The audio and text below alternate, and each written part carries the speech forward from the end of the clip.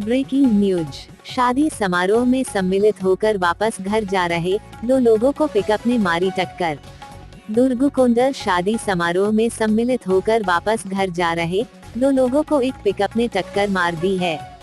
मिली जानकारी के अनुसार भानुप्रतापुर के ग्राम तुर्गे निवासी कृष्ण नेताम व रामेश्वर ग्राम कोदापाखा शादी समारोह में सम्मिलित होकर अपने घर वापस आ रहे थे।